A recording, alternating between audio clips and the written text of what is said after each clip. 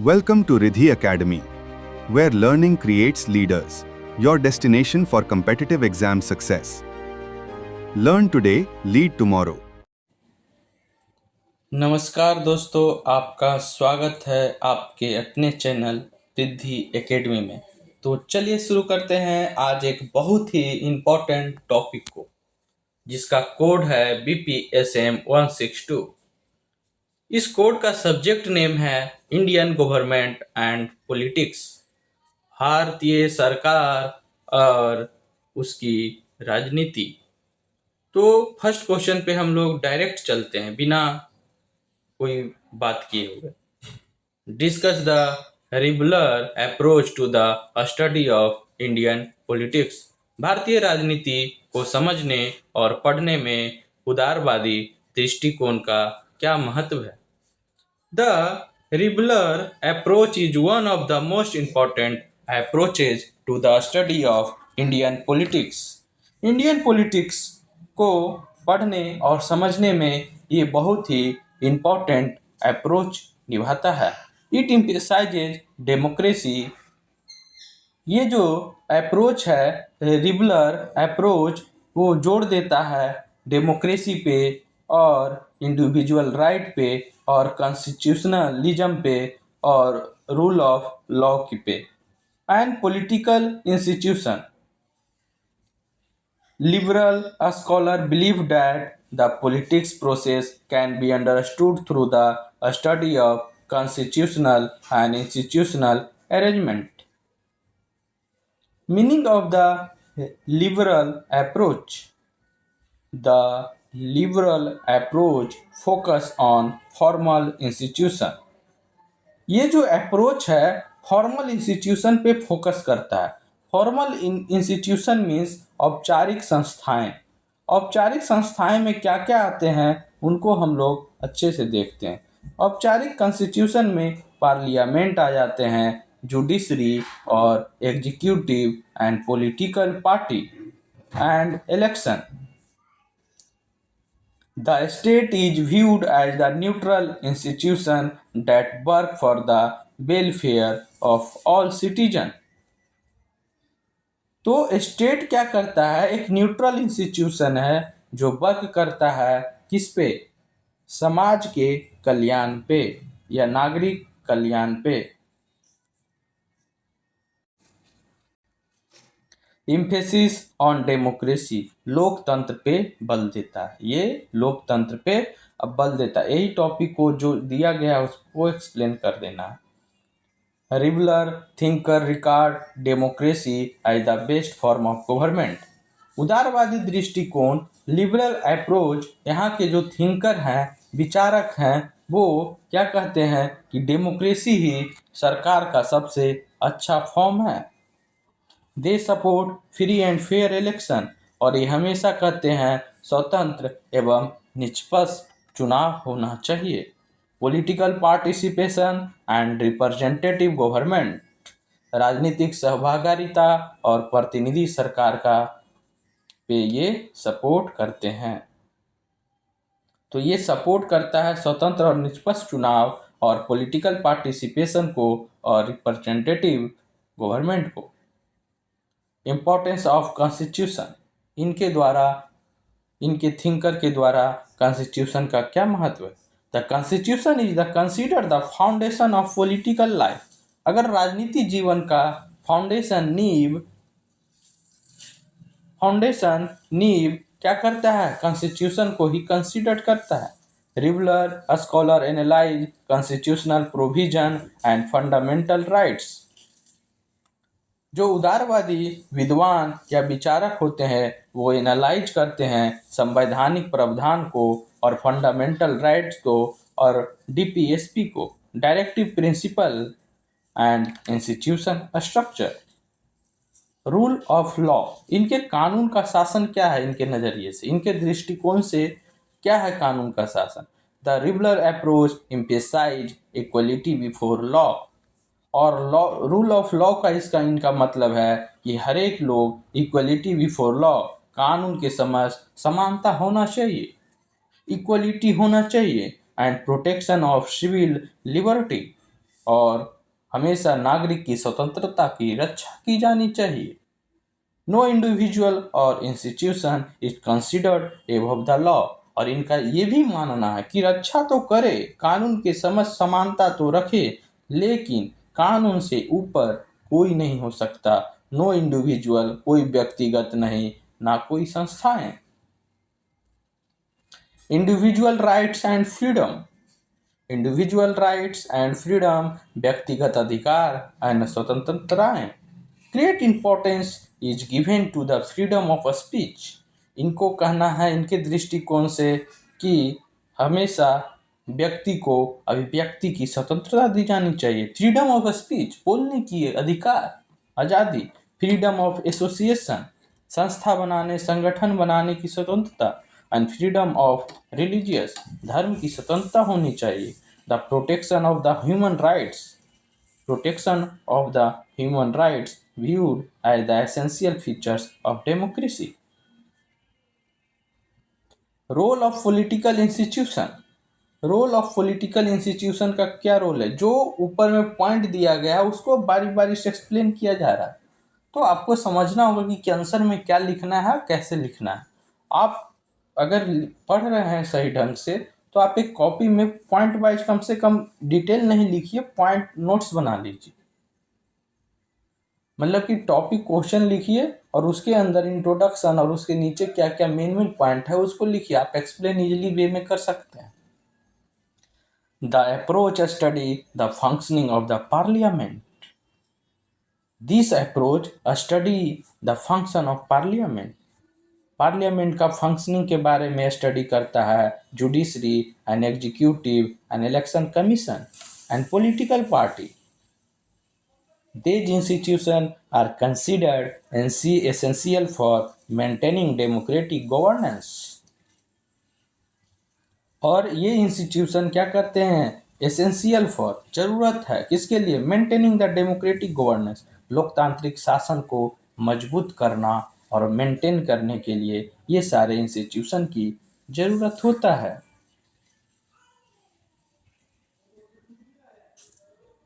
Welfare state, कल्याणकारी राज्य।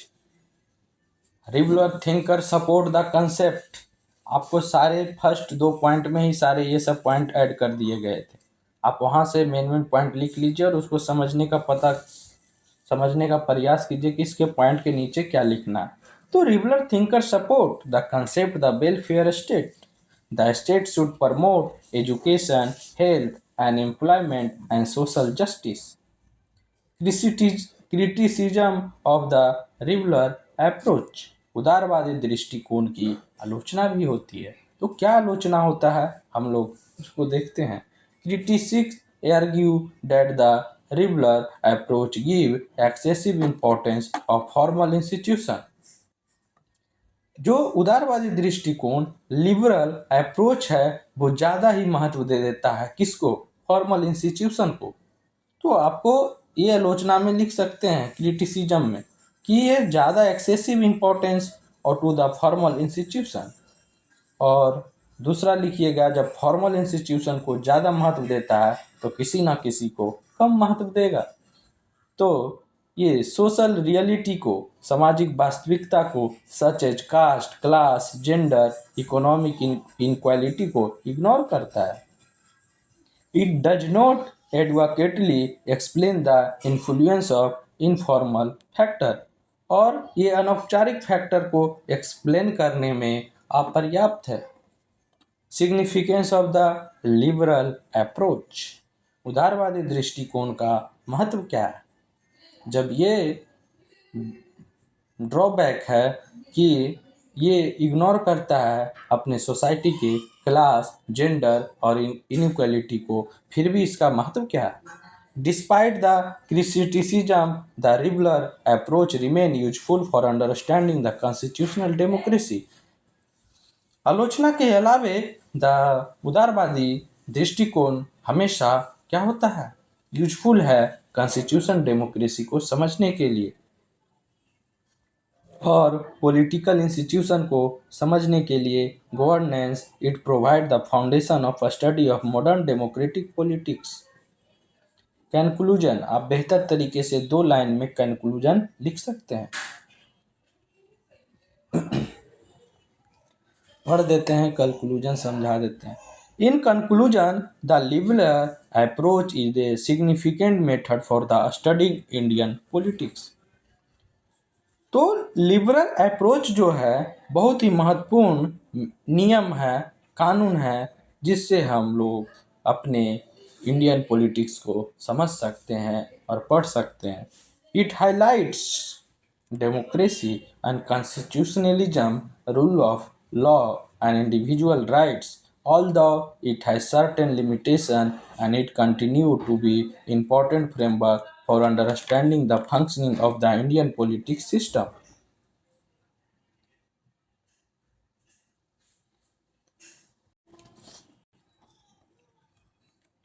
Question number 2.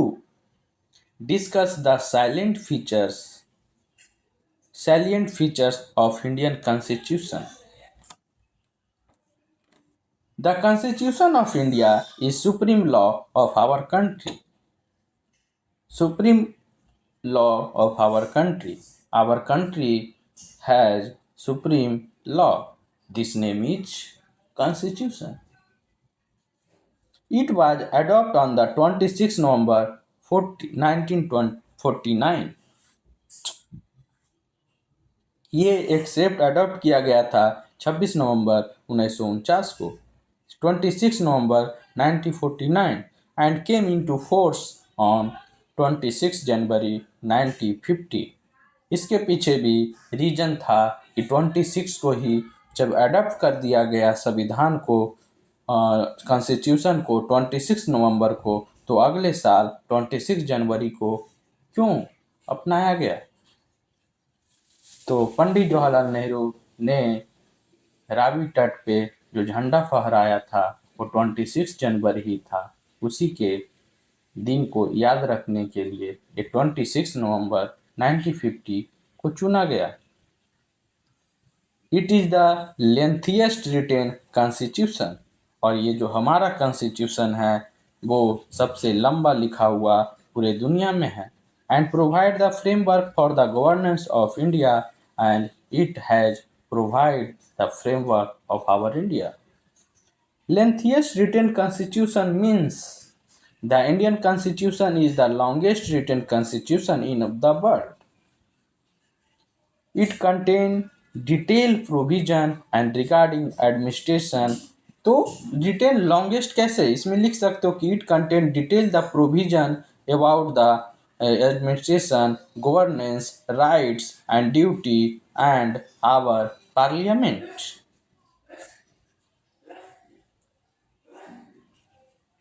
Sworn in sociality, secular and democratic and republic।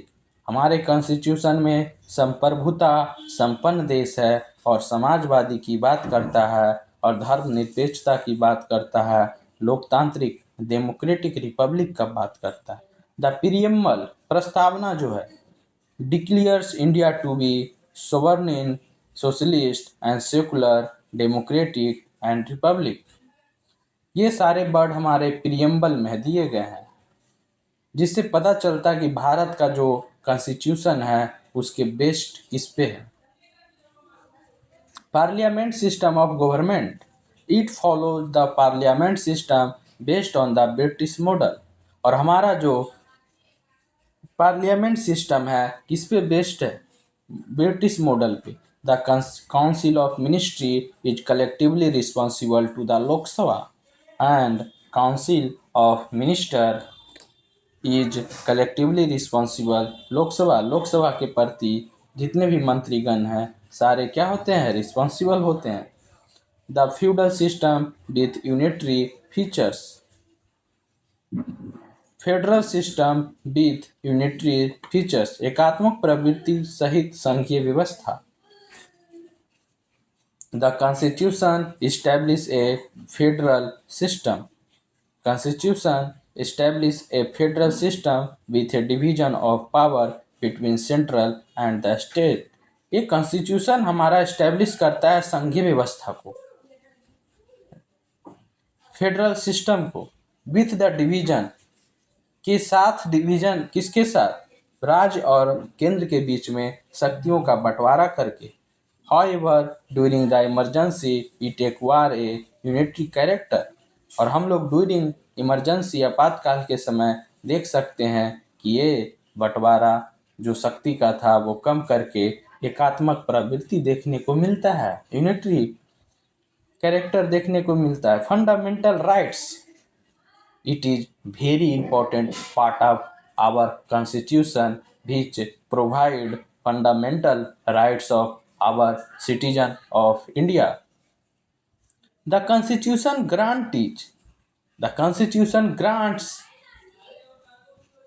is fundamental rights to all citizen। हमारे constitution ही हमें मौलिक अधिकार को गारंटी देता है सारे नागरिक को। These rights ensure equality। और ये फंडामेंटल राइट्स के कारण हमें इंश्योर करता है समानता, freedom, justice, protection against the exploitation और शोषण के विरुद्ध भी संरक्षण प्रदान करता है। ये 23-24 आर्टिकल में है, ठीक है।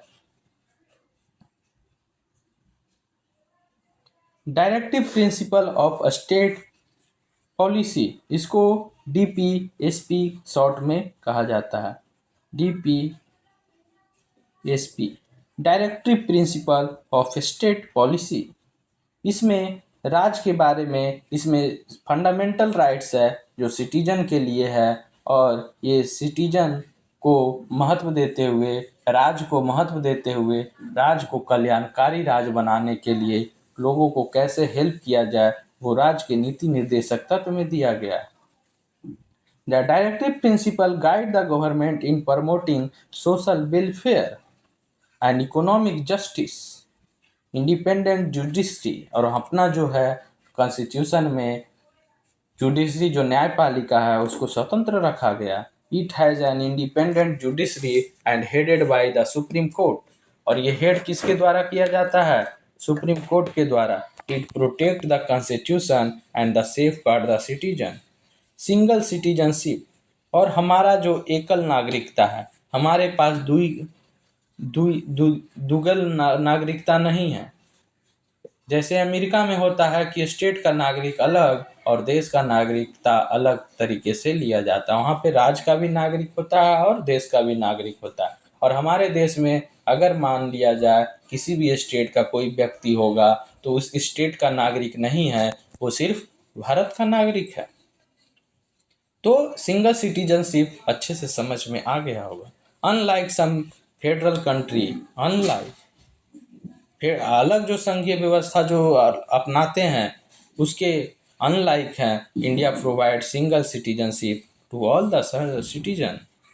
यूनिवर्सल एडल्ट फ्रेंचाइजेज, सार्वभौमिक वयस्क मताधिकार। और हमारे कॉन्स्टिट्यूशन का सबसे बेहतरीन पार्ट है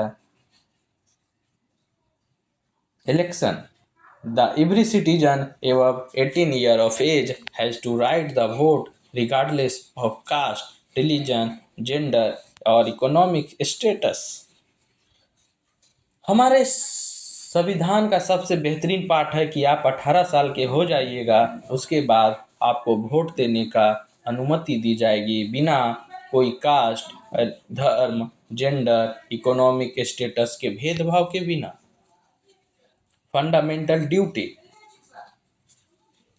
और fundamental duty and the constitution included the funda duty that encourage the citizen to contribute toward the national development. ये जो फंडामेंटल राइट्स और डीपीएसपी जो था वो राज्य के द्वारा देखा जाता है और ये नागरिकों के द्वारा राज्य को कुछ देने के लिए ये फंडामेंटल ड्यूटी बनाए कि राज्य के प्रति आपका भी कुछ क्या है, ड्यूटीज है। Conclusion, in conclusion the Indian constitution is a unique document that combine federalism, democracy and secularism, social justice and individual liberty. Its features have helped maintain unity, stability and democratic governance in India। Question number 3, analyze the parliamentary device for the controlling the executive। आप parliamentary device क्या है जो executive को control करता है उसको आप पे लिखना है।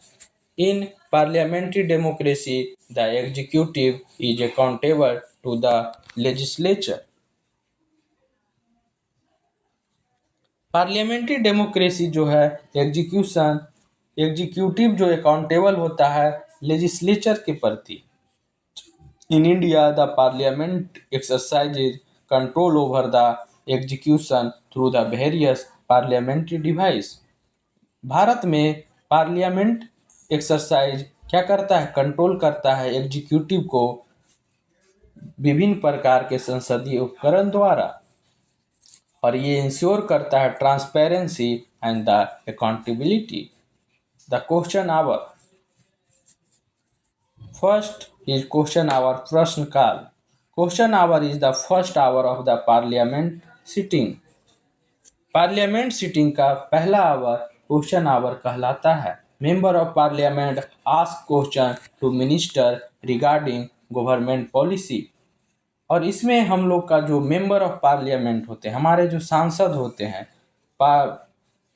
पार्लियामेंट होते हैं, जो क्या करते हैं? क्वेश्चन पूछते हैं। किससे? मिनिस्टर से पूछते हैं regarding government policy and administration.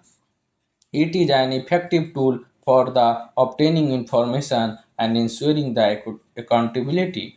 First question our and second point is zero hour. Zero hour allow member to raise urgent matter of the public importance। Zero hour allow to the member to raise urgent matter of the public importance। Though not mentioned in the constitution, it has become an important parliamentary practice। Calling attention motion, ध्यान आकर्षण प्रस्ताव। Calling attention motion, calling attention motion क्या है समझते हैं। This device enable member to draw the attention of the minister toward the urgent public issue. और ये calling urgent motion, calling attention motion तब आता है जब मिनिस्टर को क्या करना पड़ता है? उसके ध्यान को आकर्षित करने के लिए जो कोई ऐसा मुद्दा आ जाए जो पब्लिक के जनहित में महत्वपूर्ण विषय हो, उसके प्रति ध्यान आकर्षण करने के लिए ये मोशन लाया जाता है, calling attention motion.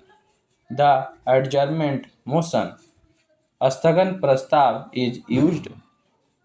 Adjournment motion is used to discuss a definite matter of urgent public importance, and it allows the parliament to criticize government action and policy। Non-confidence motion, no confidence motion, the Lok Sabha can remove the council of minister through a non-confidence motion। अविश्वास प्रस्ताव लाया जाता है कि जितना आपके पास parliamentary होना चाहिए उतना है या नहीं। If pass the government must resign, अगर नो कॉन्फिडेंस मोशन पास हो जाता है तो जितने मिनिस्ट्री और प्राइम मिनिस्टर है उनको क्या देना पड़ता है? Resign. Censure motion is move to the criticise specific policy और action of the government. It highlights the shortcoming of the execution. और ये निंदा प्रस्ताव तब लाया जाता है जब भारत सरकार या सरकार का पॉलिसी को आपको निंदा करना है। पार्लियामेंट्री कमेटी, कुछ कमेटियां बनाई जाती है जिसके जो कमेटी वर्क करता है। Committee such as the public accounts committee. First committee name is public accounts committee and estimate committee. परकलन समिति, फर्स्ट है लोक लेखा समिति और estimate committee. Committee on the public undertaking, public undertaking, committee on public undertaking examine the government expenditure and the performance. They ensure financial accountability. The budget discussion, parliament discusses and the budget, the member examine government revenue and expenditure, thereby controlling financial decision। Cut motion, कटौती प्रस्ताव। Cut motion allow the member to the reduce the budgetary allocation and the criticize the government policy। Conclusion आप लोग अच्छे से देख लीजिएगा।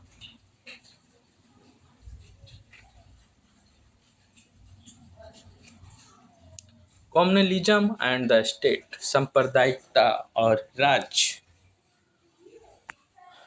Communalism refers and the ideology. Communalism सांप्रदायिकता एक विचारधारा है इन which people place the interest of their religious community. In which people place the interest their religious community above the national interest. राष्ट्रीय हित से उनको ऊपर हो जाता है धार्मिक समुदायों का हित, तो ये सांप्रदायिकता क्रिएट होता है। It creates division and conflict among different religious groups and poses a challenge to the national unity. और हमेशा ये विभाजित और संघर्ष करता है अपने विभिन्न प्रकार के रिलीजियस ग्रुप के साथ, और ये चैलेंज बन जाता है नेशनल यूनिटी के लिए। The meaning of the communalism is the belief that people belonging to the particular religion that have common political, social and economic interest. Communalism एक ऐसा विश्वास है, बिलीव है, जो बिलोंग करता है एक पार्टिकुलर धर्म से, और उसमें क्या लोगों का होता है जो ग्रुप में जुड़ते हैं उनका कॉमन पॉलिटिकल होता रीजन होता है, social reason, economic and interest. Communalism in India, communalism emerged during the colonial period and was encouraged by the British policy divide and the rule. ये जो सांप्रदायिकता कब से आया? जब से उपनिवेशवाद भारत में चल रहा था, उसी समय से ब्रिटिश सरकार ने अपनी नीति फूट डालो और राज करो से लाया था। It has continued the influence Indian politics ever after the independence. Role of the state. The state is responsible for maintaining the law and order and protecting all the religious community equally. इसमें राज्य का अहम भूमिका होता है, ये responsible होता है कि अपने लॉ को मेंटेन करे और protecting the all religious community. It acts against the communal violence and promotes harmony among the citizens. इस सांप्रदायिक हिंसा के विरुद्ध काम करता है और अपने सिटीजन के बीच में हार्मोनी क्रिएट करने का प्रयास करता है। Secular character of the state, राज्य का धर्मनिरपेक्ष स्वरूप, ये हमारे प्रियम्बल में भी दिया गया है। Secularism, India follow the principle of the secularism means India का कोई धर्म नहीं है, जितने भी धर्म हैं सबको बराबर नज़रों से सम्मानित रूप से देखा जाए। The state does not favour any particular religion and treats all religions equally. Promotes national integration and secular education and the communal harmony. The strict legal action is taken against those who spread the communal hatred. Gender and development, लिंग और विकास में क्या बात है लिखिए आप। Gender and development is an approach the examine the relationship between gender equality and the social economic development. ये एक ऐसा अप्रोच है जो एग्जामिन करता है, परीक्षण करता है रिलेशन बिटवीन किसके, gender equality and social economic development, जो सोशल सामाजिक आर्थिक जो विकास हुआ है और उसमें जेंडर इक्वलिटी का क्या संबंध है। It emphasise the equal opportunity and participation for both and man, और ये इस पे जोर देता है कि इक्वल अपॉर्चुनिटी और भागीदारिता मिलना चाहिए किसको, मैन और वुमेन को। Meaning of gender, gender refers to the socially constructed role, responsibility and expectation assigned to the man and the woman. लिंग क्या है? लिंग ये है कि सोशली कंस्ट्रक्टेड रोल है, ये सोशल के द्वारा, सामाजिक के द्वारा निर्मित भूमिकाएं हैं, अधिकार हैं, जिम्मेदारियां हैं, अपेक्षाएं हैं जो असाइंड किया गया है मैन और वुमेन को, यही जेंडर है। Consider of the gender and the development, तो कंसेप्ट लिंग और विकास का अवधारणा को समझते हैं। The approach focuses on the removing gender inequality and empowering women. इनका जो मेन फोकस अप्रोच है कि जेंडर इनइक्वलिटी को कम किया जाए और empowering the women और महिला सशक्तिकरण को मजबूत किया जाए। It seek equal participation of the women in political, economics and social activities. Importance of the women. Women empowerment contribute to poverty reduction. और अगर वुमेन एम्पावर्ड हो जाएगी तो क्या हो जाएगा, पॉवर्टी रिडक्शन हो जाएगा, एजुकेशन में इंक्रीजमेंट देखने को मिलेगा, हेल्थ व्यवस्था हेल्थ अच्छा हो जाएगा, सस्टेनेबल डेवलपमेंट सतत विकास में मदद मिलेगा। Gender inequality in India, women often face discrimination in education, employment, health care and political representation. This inequality hinder national development. Government initiative, सरकारी पहल क्या है? सरकारी पहल में वेरियस प्रोग्राम सच एज बेटी Bachao Beti Padhao, women reservation and self help group and aim to promote the gender equality. So many programs has started by the our India government and the state government such as बेटी बचाओ बेटी पढ़ाओ और women reservation and self help group और पोशाक योजना और mid day meal. So many programmes released by the government. Gender equality is essential for inclusive development, and the gender and development approach promote equal rights and opportunity and the participation for the women and contribution to overall national progress. Analyze the relationship between caste, class and politics. हमारे relationship को समझना है कि cast, class जो वर्ग विभेद है, वर्ग जाति है और क्लास है और पॉलिटिक्स को बीच में क्या रिलेशन है। Caste and class and politics are the closely interconnected in our Indian society. They are significantly influence political behavior और ये हमें हमारे राजनीतिक बिहेवियर पे गहरा प्रभाव डालता है। Voting pattern, leadership and public policy. और लोग जो कास्ट और क्लास है और पॉलिटिक्स राजनीति में जो लोग राजनीति करते हैं उनके व्यवहार पे, पॉलिटिकल बिहेवियर पे भारी गहरा प्रभाव डालता है। और पब्लिक पॉलिसी जो सरकार नीतियां बनाती है उस पे भी कास्ट एंड क्लास को देख के ही बनाया जाता है। हमारे लीडरशिप और वोटिंग पैटर्न पे। Meaning of caste. Caste is a traditional social system. Caste is a traditional social system based on the birth.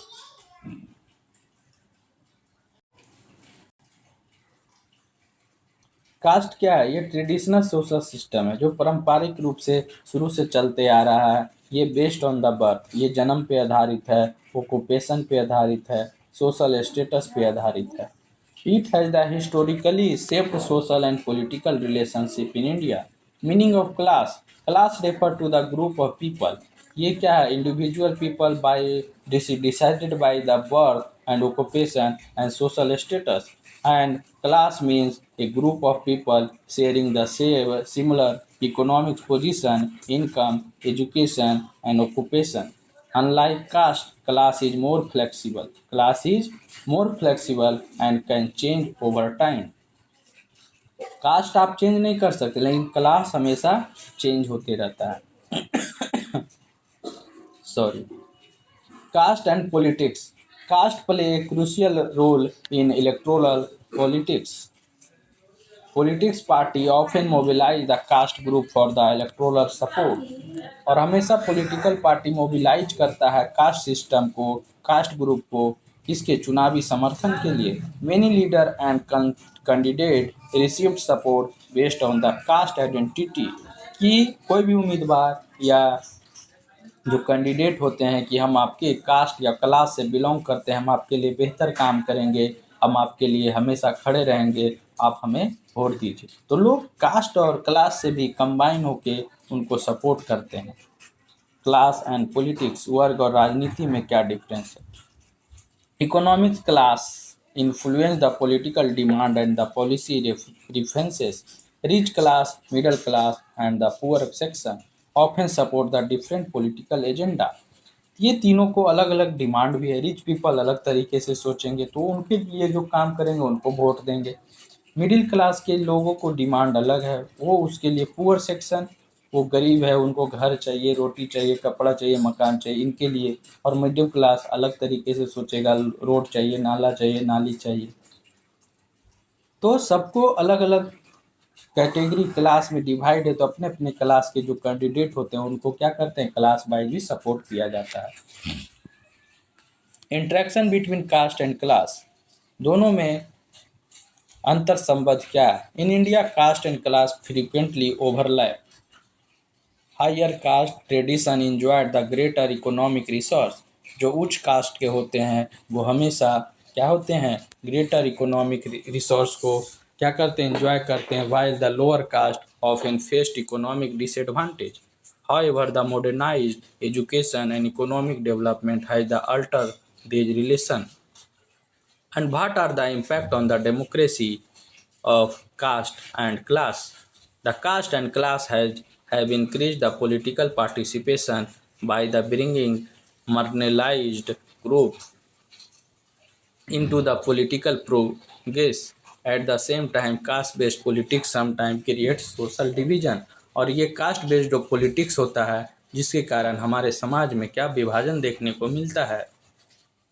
Role of political party, हमारे पॉलिटिकल पार्टी का क्या रोल है? Political party build alliance among different caste and class group of people to gain electoral success. अपने electoral success को पाने के लिए लोग अलायंस बनाते हैं different caste and class of group of people. Discuss the nature of rich peasant and the farmer movement in India. Discuss about the nature of rich peasant. जो rich peasant होते हैं, समृद्ध कृषक होते हैं, और जो किसान होते हैं उनके मूवमेंट के बारे में बताइए। Rich peasant emerged as the influence social and economic group after the green revolution. हरित क्रांति के बाद ये ग्रुप सोशली और इकोनॉमिक क्या हुआ, गहरे रूप से प्रभावित करते हुए एक रिच पीजेंट के रूप में उभरा। With increased agriculture production and modern technology has land over ownership, they become an important force in our rural politics. हमारे ग्रामीण राजनीति में ये रिच पीजेंट जो होते हैं बहुत ही इम्पोर्टेंट रोल प्ले करते हैं।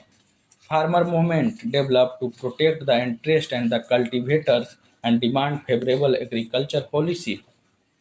किसान आंदोलन के जो लोग होते हैं, फार्मर मूवमेंट करते हैं, वो हमेशा किसकी सुरक्षा करते हैं, जो कल्टीवेटर उत्पादक होते हैं और जो किसान छोटे होते हैं उनके इंटरेस्ट को रक्षा करते हैं और फेवरेबल एक अच्छा सा फेवरेबल एग्रीकल्चर पॉलिसी की मांग करते हैं। Who are rich peasant? Rich peasant are the farmers who own relatively large landholding, use modern farming technique, and the produce marketable surplus, and they are economic stronger than the small marginal farmer. Rise of the rich peasant. The Green Revolution, Harit Kranti, increased agriculture productivity in states such as the Punjab, Haryana, and western Uttar Pradesh. These lead to emerge to prosperous rural class. Characteristics of the rich peasant. इसके क्या विशेषताएं हैं? They possess large agricultural land and they use the modern inputs and resources such as the tractors, fertilizer, and irrigation. They actively participate in local and regional politics. Farmer movement in India. Farmer movement emerged to demand the better price and subsidies, irrigation facility, and loan waivers. These movements sought to improve the economic condition of the farmer. Important farmer organization, जो भारत में हमारे farmer organisation है उसके बारे में देखते हैं। भारतीय किसान यूनियन और lead by the Mahendra Singh Tikait played a significant role in mobilising the farmer. Bharatiya Kisan union which is lead by the Mahendra Singh Tikait is the significance role in mobilising the farmer and the Shetkari Sanghatana lead by the Sharad Joshi demand better agriculture policy. Nature of the farmer movements. Most movements were peaceful and democratic. जो farmer movement होते हैं हमेशा शांतिपूर्ण और लोकतांत्रिक रूप से होता है। They focused on the economic demand rather than the ideological issue. Many movements were region specific and concentrated on the agriculture concern. Political impact क्या पड़ता है? Farmer movement influenced the government policy or stunted the political voice of the rural community. आप conclusion पढ़ लीजिए। Explain the development of the multi party system in India. बहुदलीय व्यवस्था भारत में कैसे विकास किया और इसके पीछे कारण क्या है उसको समझते हैं। India follow multi party system in which several political party compete for the power. The multi party system reflects Indian social diversity, regional difference and democratic tradition. Meaning of the multi-party system. A multi-party system is a political system in which more than two parties participate in election. Multi-party means समझना है उसको कि भारतीय राजनीति system में एक दो party से अधिक पार्टी हमारे चुनाव में लड़ते हैं, उसी को क्या कहते हैं? Multi party system.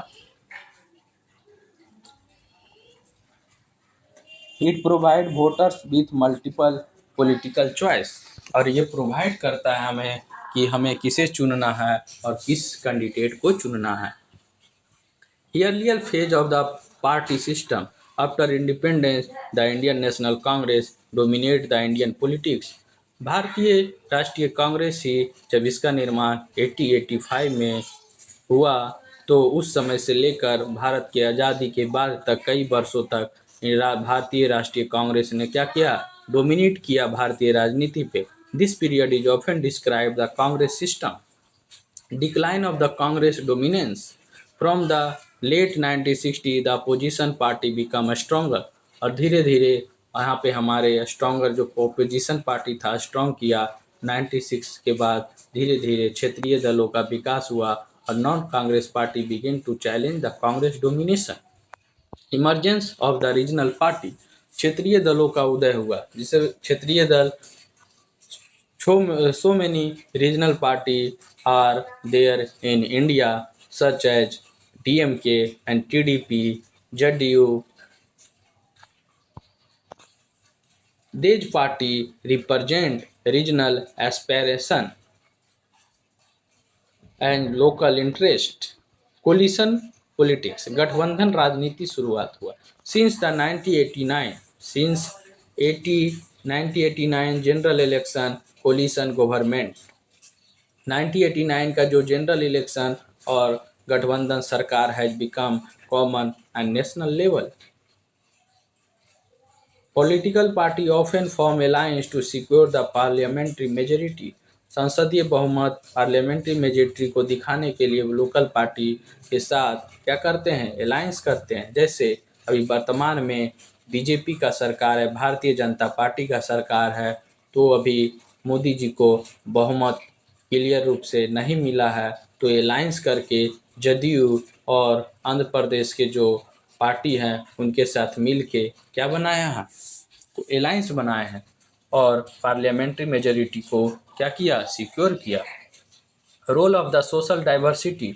सामाजिक विविधता की भूमिका। India diversity in the term of the caste and religious language and region has encourage the growth of the political party. हमारे जो सोशल डाइवर्सिटी भी है वो भी डिसाइड करता है मल्टीपल पॉलिटिकल पार्टी को। जैसे कोई कास्ट बेस्ड पार्टी है तो कोई धार्मिक बेस्ड का पार्टी है तो क्षेत्रीय कोई party. Advantage of the multi party system.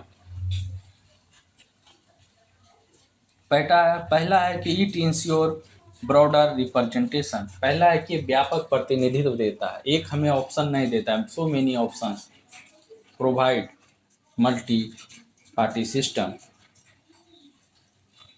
It promotes democratic participation और लोकतांत्रिक सहभागिता को प्रमोट करता है।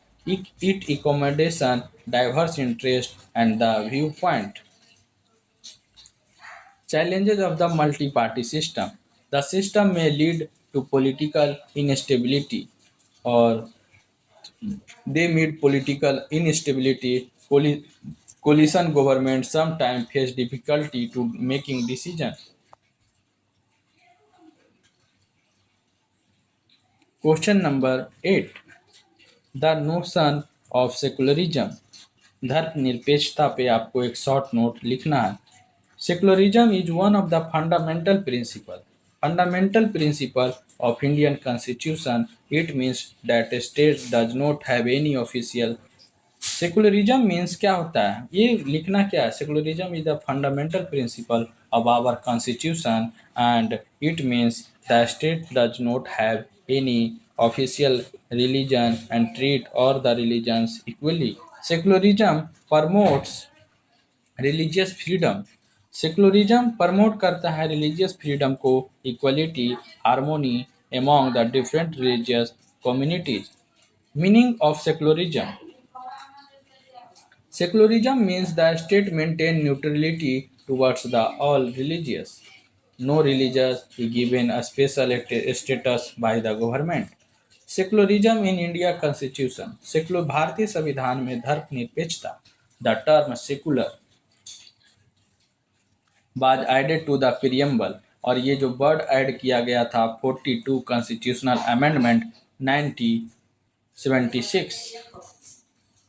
However, the principle of secularism was already reflected in various constitutional provisions. Religious freedom. हमारे धार्मिक स्वतंत्रता भी है. आर्टिकल 25 से लेके 28 तक. The the citizen have the right to profess, practice and propagate their religious. Citizen को अधिकार है कि वो अपने किस धर्म को माने और किस धर्म के प्रैक्टिस को पालन करे और किस धर्म को प्रोपेगेट करे, प्रचार करे. Equal respect for all religious. सभी धर्म के प्रति सम्मान.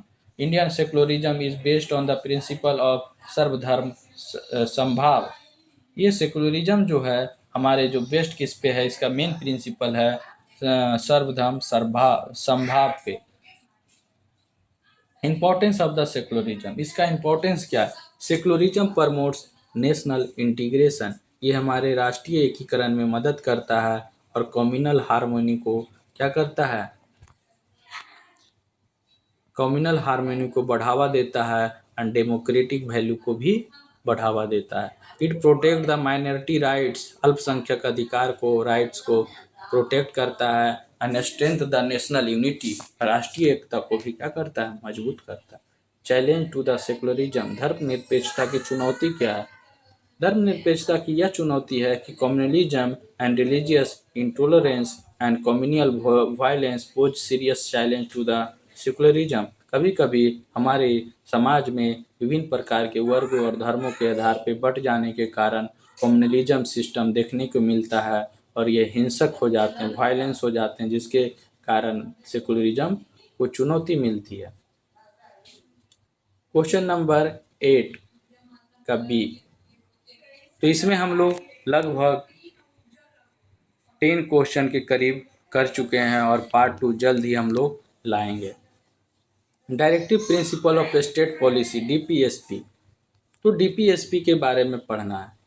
The DPSP state policy are guideline provide in part of the Indian constitution. Part number 4 में डीपीएसपी दिया गया है. They aim to establish the welfare state. और इसका जो मेन फोकस और एम है जो वेलफेयर स्टेट बनाना. The promote and the social economic justice. Meaning of the DPSP. Directive principal and instruction give. ये डीपीएसपी किसको इंस्ट्रक्शन देता है, गवर्नमेंट को और स्टेट को, for making law and policy. कि आप नियम और कानून बनाओ जिससे जो यहाँ के सिटीजन हैं वो अपने जस्टिस, इक्वलिटी और कल्याण उनके समाज में हो सके. Constitutional basis.